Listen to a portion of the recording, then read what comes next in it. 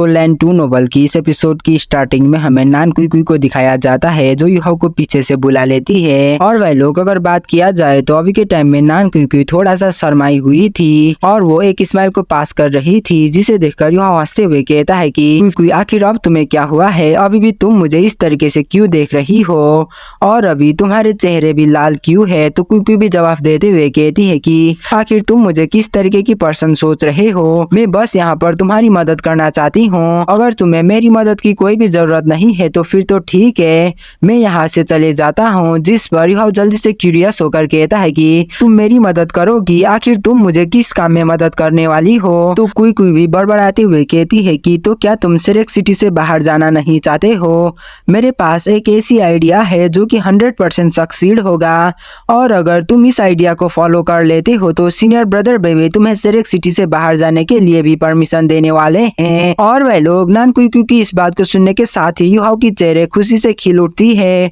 और वो शॉक्ड होकर कहता है कि क्या सच में, क्या तुम सच कह रही हो। और वह लोग वैसे अगर बात किया जाए तो युहाओ सिरेक सिटी से बाहर जाना तो नहीं चाहता था, लेकिन फिर भी अगर वो सिरेक सिटी से बाहर गया तो इसमें थोड़ा सा चांस रहने वाला था कि वो सिरेक सिटी से बाहर वांग डोंगर से मिले। इसीलिए अभी युहाओ एक डाउट के साथ कुई को सवाल करते हुए पूछता है कि आखिर तुम्हारे पास किस तरीके की आइडिया है और आखिरकार तुम कैसे सीनियर ब्रदर बेबे को कैसे मनाने वाले हो। जिस पर कुई भी जवाब देते हुए कहती है कि मैं तुम्हें मेरी प्लान के बारे में बता दूंगी, लेकिन उससे पहले तुम्हें मेरी एक कंडीशन को मानना होगा, अगर तुम मेरी इस कंडीशन को एक्सेप्ट कर लेते हो तो मैं तुम्हें अपने साथ ले जाऊंगा। तो युहाओ भी कहता है कि चलो अब जल्दी बताओ कि तुम्हारी कंडीशन क्या है। युहाओ की इस बात को सुनकर कुई कुछ टाइम के लिए पॉज होती है और वो थोड़ा सा शर्मा कर रेड होने भी लगती है और वो जवाब देते हुए कहती है कि मैं ये चाहती हूँ कि तुम कुछ दिनों के लिए मेरी बॉयफ्रेंड बनो।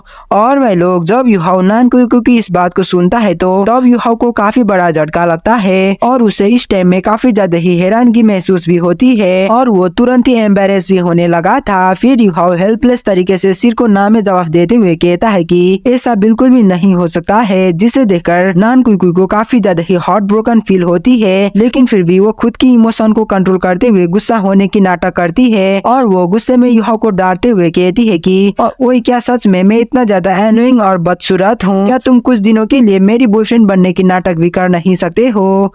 तो युहाओ भी जवाब देते हुए कहता है कि कोई ऐसी बात बिल्कुल भी नहीं है, मुझे माफ करना, हम बाकी चीजों के लिए नेगोशिएट कर सकते हैं, लेकिन मैं तुम्हारी इस ऑफर को कभी भी एक्सेप्ट कर नहीं सकता हूँ।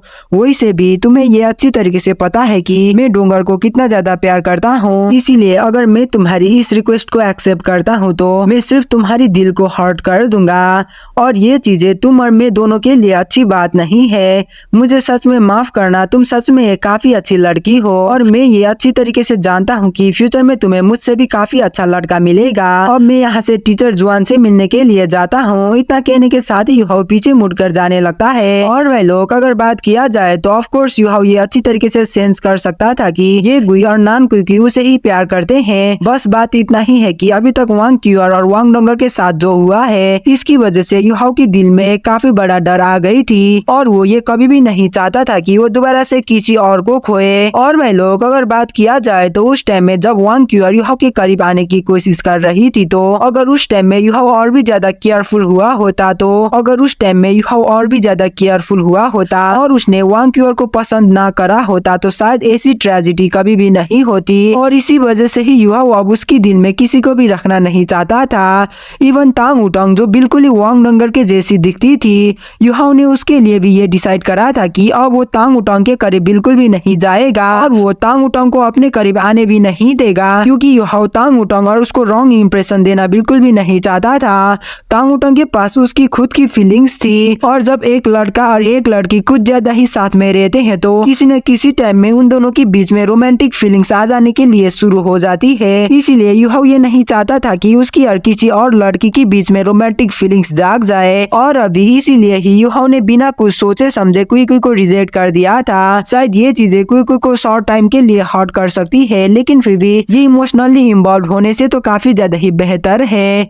और वह लोग किसी के साथ हमें नान कुई को दिखाया जाता है जो युहाओ की रास्ता को रोकते हुए कहती है कि सच में लड़कों के पास तो दिल ही नहीं होती है और ना ही मुझे तुमसे बेहतर लड़के की कोई जरूरत है। तुम्हें यहाँ से इतना जल्दबाजी में जाने की कोई भी जरूरत नहीं है। तुम यहाँ से जाने से पहले मुझे इस बात को तो सुनो। तुम मेरी इस सभी बातें को खत्म करने तो दो। जिस पर युहाओ भी एक साई के बाद कहता है कि कुई आखिर तुम्हें इसके अलावा और क्या चाहिए। तो कुई भी स्नॉट करने के बाद कहती है कि ये चीज तुम्हारे लिए काफी अच्छी बात है। मैंने तुम्हारे लिए इस चीज को पाने के लिए काफी ज्यादा ही मुश्किल करी थी, लेकिन तुम हो कि तुम इसे लेना ही नहीं चाहते हो।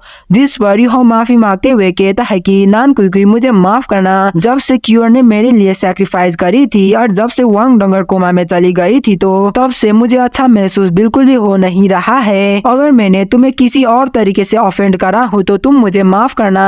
युहाओ की इस बात को सुनकर कुई युहाओ के तरफ गुस्से में देखते हुए कहती है कि क्या तुम्हें ये पता है मैं तुम्हें कितना ज्यादा हेट करती हूँ। तुम हमेशा ऐसा ही करते हो। तुम हमेशा से ही ऐसा ही थे। तुम हमेशा हमें आउटसाइडर की तरह ट्रीट करते हो। इवन अगर तुम मेरे बॉयफ्रेंड बन नहीं सकते हो तो क्या तुम एटलीस्ट ऑर्डिनरी फ्रेंड बन नहीं सकते। इतना कहने के साथ ही नान कुई थोड़ा सा शर्माने लगती है, जबकि युहाओ प्यार से कहता है कि हम तो हमेशा से ही एक काफी अच्छे दोस्त थे। हम तो इवन पार्टनर्स भी थे जो साथ में काम करते हैं, इसीलिए हम ऑर्डिनरी फ्रेंड से तो काफी ज्यादा ही करीब है। युहाओ की इस बात को सुनकर कुई कहती है कि हाँ ये थोड़ा सा एक्सेप्टेबल है। चलो अब मैं ज्यादा डिले नहीं करती हूँ, मैं स्ट्रेटली पॉइंट में आती हूँ। तो क्या तुम्हें ये याद है मेरी मॉम ने एक बारी तुम्हें ये मेंशन करी थी कि अर्थ ड्रैगन सेट के अंदर एक मिस्टीरियस सी प्लेस है जो वो तांग सेट को देना चाहती है। जिस पर युहाओ भी जवाब देते हुए कहता है कि अरे हाँ बिल्कुल, एक बारी एल्डर नान ने ये मेंशन तो करी थी, तो आखिर क्यों हम अभी तक उस जगह को लेने के लिए नहीं गए हैं। तो क्योंकि भी जवाब देते हुए कहती है कि पहले तुम मेरे बातों को तो पूरा समझने की कोशिश करो। मेरी मॉम ने ये कही थी कि वो जगह सिर्फ तुम्हारे लिए ही एक्सेसिबल है क्योंकि वहाँ की टेम्परेचर एक्सट्रीमली लो है और नॉर्मल सोल मास्टर वहाँ पर ज्यादा देर के लिए सर्वाइव भी कर नहीं सकते हैं। और जो इन्फॉर्मेशन हमारी एंसेस्टर ने वहाँ पर छोड़ी थी उस इन्फॉर्मेशन के अकॉर्डिंग वहाँ पर एक माइन हो सकती है जो कि काफी ज्यादा स्ट्रेंज है, जिसके अंदर काफी ज्यादा ही कोल्ड है। इसीलिए हम सिर्फ यही गेस कर सकते हैं कि उस माइन के अंदर काफी ज्यादा ही रेयर मेटल है, लेकिन कितना ज्यादा रेयर है वो तो हम भी नहीं पता। अगर तुम इसमें इंटरेस्टेड हो तो तुम वहाँ पर जाकर उस मेटल को ले सकते हो। कुई की इस बात को सुनकर फाइनली युहाओ भी समझ जाता है और वो शुक्रिया अदा करते हुए कहता है कि कुई तुम्हारा बहुत बहुत शुक्रिया। सबसे पहले मैं जाकर एल्डर सीनियर ब्रदर से पूछता हूँ और मैं उनसे परमिशन लेने की कोशिश करता हूँ। तो नान कुई भी नोट करती है और वो कहती है कि तो फिर तो ठीक है, फिर मैं भी जाकर मेरी मदर को ढूंढती हूँ। मैं उन्हें ये पूछती हूँ कि क्या वो फ्री है या नहीं। वैसे अभी हमारी शेर की टेरिटोरी ऑलरेडी सनमून एम्पायर ने कब्जा कर लिया है, इसीलिए हमें लौटते समय सावधान होना होगा। जिस पर युहाओ एक स्माइल के साथ कहता है कि तुम चिंता बिल्कुल भी मत करो, वो लोग हमारी कुछ भी नहीं बिगाड़ पाएंगे। वैसे भी हम ऑलरेडी डेथ गॉड से बच चुके हैं, तो आखिरकार वो लोग क्या है। क्या हमें अभी भी ऑर्डिनरी सोल्जर से डराने की कोई जरूरत है। तो नान कुई भी हंसते हुए कहती है कि देखो तो एल्डर सीनियर ब्रदर की उतना बड़ा लेक्चर को सुनने के बाद भी तुम अभी तक नहीं सुधरे। तुम दोबारा से बकवास की बात करने लगे हो। क्या तुम्हें ये डर नहीं है कि मैं इस बारे में दोबारा से एल्डर सीनियर ब्रदर को बता सकती हूँ। जिस पर युहाओ जवाब देते हुए कहता है कि नहीं, मुझे बिल्कुल भी डर नहीं है।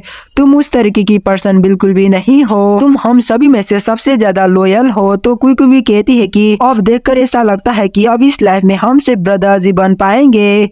तो युहाओ भी कहता है कि ब्रदर्स भी काफी अच्छी बात होते हैं।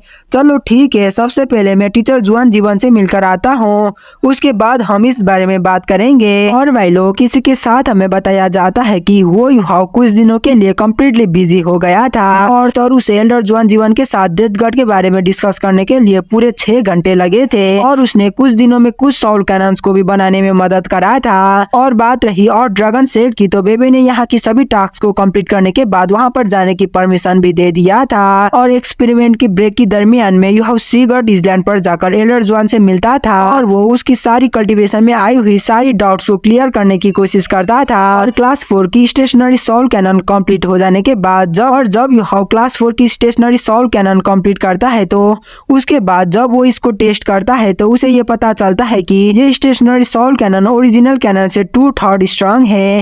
हालांकि इसकी इफेक्टनेस रेंज काफी ज्यादा ही अच्छा था, क्योंकि हमने इन सोल कैनन को प्रोड्यूस करने के लिए कुछ टेक्निक्स को यूज करा था और उसने कुछ स्पेशल सोल कैनन को भी प्रोड्यूस कर लिया था। और ऐसे ही फिर हमें बताया जाता है कि यूहाओ पूरे हाफ मंथ के लिए सोल टूल को प्रोड्यूस करता है और पूरे हाफ मंथ के बाद उसकी सारी टास्क खत्म हो जाती है। और इन सारी टास्क को खत्म होने के बाद यूहाओ सभी रिजल्ट बेबे को भी एक्सप्लेन करता है। और जब वो ऐसा करता है तो वो काफी ज्यादा ही एक्साइटेड दिखाई देता है, जबकि इस तरफ यूहाओ को इतना ज्यादा एक्साइटेड देखकर बेबे भी स्माइल करता है, क्योंकि जब से यूहाओ तांगसेक्ट में लौट कर आया था तो तब से बेबे को काफी ज्यादा ही हेल्प मिली थी।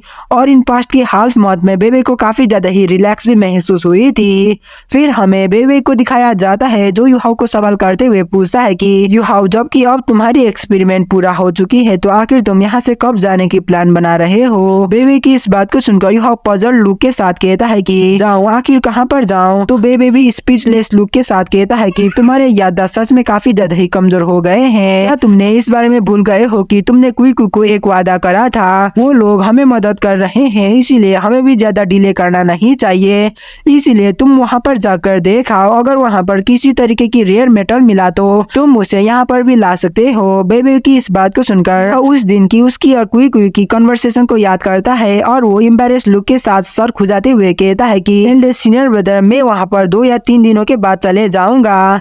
तो बेबे भी मान जाता है और वो कहता है कि चलो तो फिर ठीक है, तुम 2 दिनों के बाद वहाँ पर जा सकते हो और इन 2 दिन तुम यहाँ से अच्छे से आराम करना। तुम हर वक्त ऐसे ही यहाँ पर सोल टूल में रिसर्च करके वक्त जाया कर नहीं सकते हो। जरा एक बारी तुम टीचर जुआन जीवन को देखो तो वो ऑलरेडी एक सोल टूल मैनियाक बन चुके हैं। और भाई लोग, अगर बात किया जाए तो जुआन जीवन पूरे सेरेक्स सिटी के अंदर का बिजीएस्ट पर्सन थे। हालांकि ये बात काफी ज्यादा ही अजीब है कि हालांकि सोल टूल में ही रिसर्च करने के बाद भी उन्होंने टाइटल डोलो की लेवल पर ब्रेक थ्रू कर लिया था और रिसेंटली वो क्लास 9 की स्पेशल सोल टूल के ऊपर भी रिसर्च कर रहे थे। और अगर एक बारी ये रिसर्च कंप्लीट हो जाती है तो वो ऑफिशियली एक लेवल 9 की सोल इंजीनियर भी बन जाएंगे। इवन वो लेवल 9 की ऑर्डिनरी सोल इंजीनियर से भी काफी ज्यादा ही स्ट्रांग बन जाएंगे। और वह लोग किसी के साथ यूहाओ बेबे को कहता है कि मैं अभी आराम कर नहीं सकता हूँ, अभी भी मुझे मेरी कल्टीवेशन में काफी सारे डाउट्स है और अभी भी मुझे एल्डर जुआन की हेल्प की जरूरत है। सीनियर ब्रदर, मैं अब यहाँ से सीगर्ड आइलैंड पर ऑलरेडी जाता हूँ, इसीलिए अगर आपको मेरी जरूरत पड़ी तो आप मुझे बुलाने के लिए किसी को वहाँ पर भेज सकते हैं। और वह लोग इतना कहने के साथ ही यूहाओ वहाँ से सीगर्ड आइलैंड पर चले जाता है। वैसे भी अभी के टाइम में यूहाओ के लिए हर एक मिनट काफी ज्यादा ही प्रीसियस था। और वह लोग किसी के साथ हमारी ये एपिसोड यहीं पे खत्म होती है। मिलते हैं तो बाय बाय। और वह लोग किसी के साथ हमारी ये वाला एपिसोड यहीं पे खत्म होती है। मिलते हैं तब तक के लिए बाय बाय। अगर आप सभी लोग चैनल में नए आए हो तो प्लीज चैनल को सब्सक्राइब कर देना।